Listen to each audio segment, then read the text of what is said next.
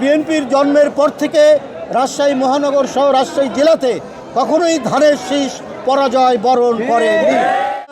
আমরা মনে করি এই ধারা অব্যাহত রেখে রাজশাহীকে একটি সন্ত্রাস বিমুখ শান্তিময় শহরে পরিণত করবে।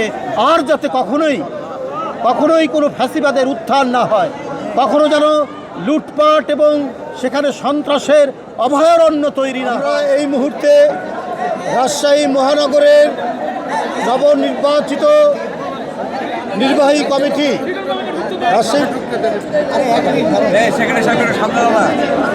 নবনির্বাচিত পূর্ণাঙ্গ কমিটির নেতৃবৃন্দ মহান স্বাধীনতার ঘোষক শহীদ রাষ্ট্রপতি জিয়াউর রহমানের মাজারে পুষ্পার্ঘ্য অর্পণ এবং ফাতেহা পাঠ করেছি। ফাতেহা পাঠ শেষে সেখানে মহানগরের নেতৃবৃন্দকে নিয়ে শপথ অনুষ্ঠান পরিচালিত হয়েছে। এখন আপনাদের সামনে দুটি কথা বলার জন্য দাঁড়িয়েছি। রাজশাহী মহানগর অত্যন্ত ঐতিহ্যবাহী একটি এলাকা, একটি মহানগর। এখানে দেশের বিশিষ্ট রাজনীতিবিদগণ এই মহানগর কমিটিতে তারা নেতৃত্ব দিয়েছেন।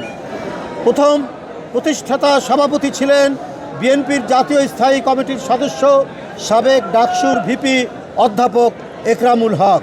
এই ধারাবাহিকতায় পরবর্তীতে রাজশাহীর মেয়র জনাব মিজানুর রহমান মিনু সহ আজকে নতুন কমিটি মামুনুর রশিদ এবং রিটন মাহফুজুর রহমান রিটন সভাপতি সাধারণ সম্পাদক নতুন কমিটি আজকে এখানে পুষ্পার্ঘ্য অর্পণ করেছেন। বন্ধুরা আমার, রাজশাহী মহানগর নবনির্বাচিত কমিটি রাজশাহীতে বিভিন্ন আন্দোলন সংগ্রামের মধ্যে দিয়ে এই নতুন নেতৃত্ব তারা নির্বাচিত হয়েছেন। এদের সাথে আরও যে সমস্ত নেতৃবৃন্দ আছেন প্রত্যেকেই অত্যন্ত যোগ্য এবং যারা এক সময় রাজশাহীতে বিশেষ করে এরশাদ বিরোধী আন্দোলন থেকে ফ্যাসিবাদ বিরোধী আন্দোলনের প্রতিটা কর্মসূচিতে অত্যন্ত দক্ষতার সাথে সাহসিকতার সাথে তারা অংশগ্রহণ করেছেন। কেউ রাজশাহী একটি শিক্ষানগরী, এই নগরীর বিভিন্ন শিক্ষা প্রতিষ্ঠানে অনেকে নির্বাচিত সাধারণ ছাত্রদের নির্বাচিত ভিপিজিএস ছিলেন। এই নেতৃবৃন্দরাও এই কমিটির মধ্যে রয়েছেন। বন্ধুরা আমার, আমরা মনে করি বর্তমান কমিটির নেতৃত্বে রাজশাহী যেমন বিএনপির একটি দুর্গ বলে সারা দেশে পরিচিত এবং বিএনপির জন্মের পর থেকে রাজশাহী মহানগর সহ রাজশাহী জেলাতে কখনোই ধানের শীষ পরাজয় বরণ করেনি। সেই ধারাবাহিকতা অব্যাহত থাকবে। রাজশাহী মহানগরের প্রার্থী হয়েছেন মিজানুর রহমান মিনু, সাবেক এমপি, সাবেক মেয়র, এবং এখানে যারা আজকে এসেছেন প্রত্যেকেই নিরলস প্রয়াসের মাধ্যমে প্রচেষ্টার মাধ্যমে সেখানে গড়ে তুলবেন। বন্ধুরা আমার, আমরা মনে করি এই ধারা অব্যাহত রেখে রাজশাহীকে একটি সন্ত্রাস বিমুখ শান্তিময় শহরে পরিণত করবে।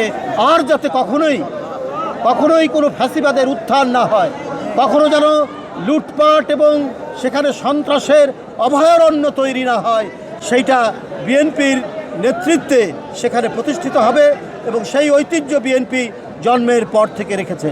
আমরা আজকে দেখছেন, হ্যাঁ, রাষ্ট্রীয়ভাবে গুম খুন নেই, রাষ্ট্রের সাথে জড়িত নয়, কিন্তু সমাজে সন্ত্রাসীরা তারা দাপিয়ে বেড়াচ্ছে। সমাজের মধ্যে বিভিন্ন ক্ষেত্রে খুনের সংখ্যা বাড়ছে। এই যে যুবদল নেতা কিবরিয়াকে মিরপুরে হত্যা করা হলো, কেন হচ্ছে? তাহলে আজকে যারা খুনি, আজকে যারা সমাজ বিরোধী, আজকে যারা সন্ত্রাসী, এদেরকে দমন করার জন্য সরকারের তেমন একটা প্রচেষ্টা বা উদ্যোগ নেই। আমি আগেও বলেছি, সরকারের দিক থেকে হয়তো হচ্ছে না, যেমন শেখ হাসিনার আমলে হয়েছে, শেখ হাসিনার নির্দেশে গুম খুন বিচার বহির্ভূত হত্যা, সেটা হয়তো হচ্ছে না, কিন্তু আজকে সমাজ বিরোধীরা, সন্ত্রাসীরা জনপদের পর জনপদ বিভিন্ন জায়গায় আজকে অবস্থান নিয়েছে বলেই আবারও বিএনপির নেতাকর্মীরা হত্যাকাণ্ডের শিকার হচ্ছেন, তারা নিহত হচ্ছেন। এইটা হতে পারে না।